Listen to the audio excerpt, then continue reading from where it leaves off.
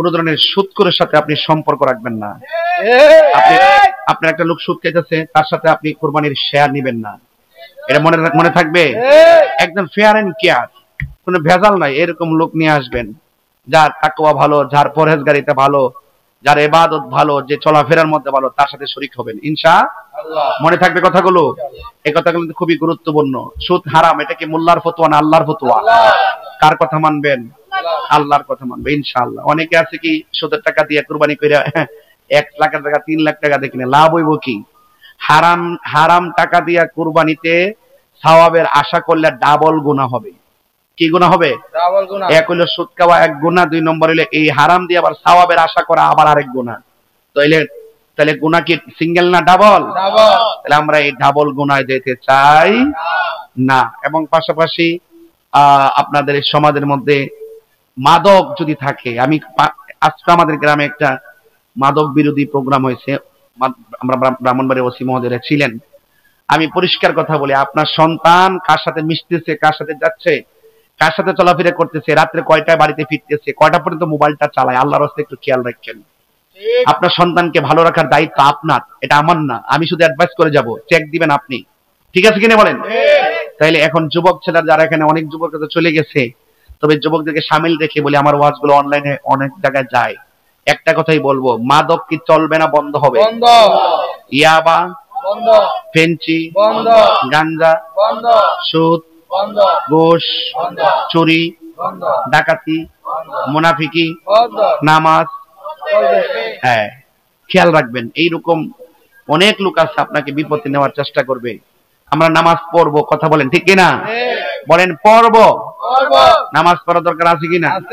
রোজা, হজ, যাকাত, ইবাদত, মহব্বত, সোহবত, খেদমত, এই ইবাদতগুলো করবেন। বাবারে, আমার আগে একজন ওয়াজ করছিলেন, আমার এই স্নেহাস্পদ, সে কিন্তু ভালো ওয়াজ করছেন, আপনাদের এলাকার সন্তান, খুব দারুণ ওয়াজ করছেন।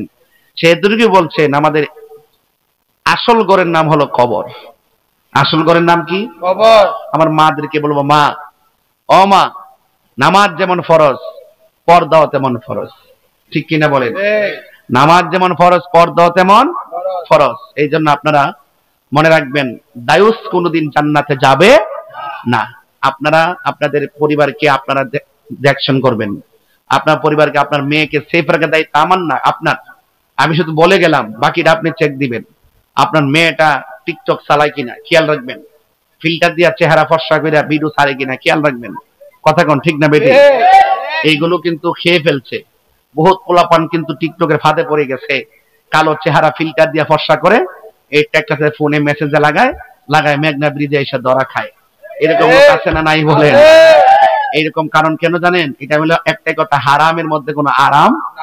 আপনি দেখছেন তো নেশার কি কুফল, মাদকের কি কুফল। ইদানিং মেয়েরা সিগারেট খাওয়া শুরু করছে, মেয়েরা গাঁজা খাওয়া শুরু করছে।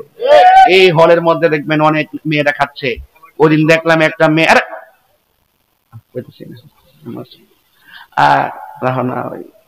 ওই দিন দেখলাম একটা মেয়ে তার বাপের সুন্দর করে মারছে।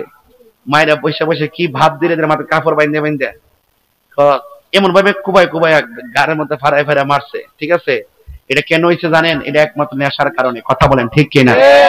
সে নেশায় আসক্ত মেয়েদের সাথে সে সমকামিতায় লিপ্ত ছিল, কিন্তু তার বাবা যখন বাধা দিত, তখন তার বান্ধবীদেরকে মন্দ বলার কারণে তার ইগোতে লাগছে, বাপরে পর্যন্ত সে সরাই দিছে এবং উল্টাপাল্টা লাস্টে বাপের বিরুদ্ধে স্টেটমেন্ট দিল। শেষ পর্যন্ত মেয়েটার কিন্তু সূক্ষ্ম তদন্ত হয়ে বের হয়ে আসছে, মেয়েটা তার ওই সমকামিতায় বাধা প্রদান হয়ে দাঁড়ানোর কারণে, তার বাবা বলার কারণে তার বাবাকে সরাই দিচ্ছে। তাইলে বোঝা গেল হারামের মধ্যে কোনো আরাম।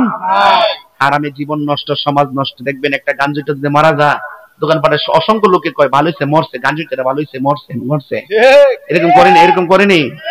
বোঝা গেল গাঞ্জুটারে কেউ ভালোবাসে না। হয়তো কেউ মাঝে মাঝে ভয় করে যদি ছুরিদা ফার মারে, তাহলে এই ভয়টা করে আর কি। তো মনে রাখবেন, আপনি খুন করবেন, একদিন আপনাকে কিন্তু এভাবে মৃত্যুবরণ করতে হবে। খবরদার কেউ কাউকে খুন করবেন না, কারোর বাড়ি ঘরে জ্বালাই দিবেন না। আপনারা ভালোবাসায় সমাজ গঠন করবেন, ক্ষমার মাধ্যমে সমাজ গঠন করবেন এবং আন্তরিকতার মাধ্যমে সমাজ গঠন করবেন। ঠিক কিনা বলেন? ইসলাম প্রতিশোধের নাম না, ইসলাম ক্ষমা করে দেওয়ার নাম। কথা কন ঠিক কিনা? আল্লাহ রাব্বুল আলামিন আমাদের সকলকে বোঝার তৌফিক দান করুন, আমিন। আসেন দাঁড়িয়ে নবীর সালাম দেব, ইয়া নবী।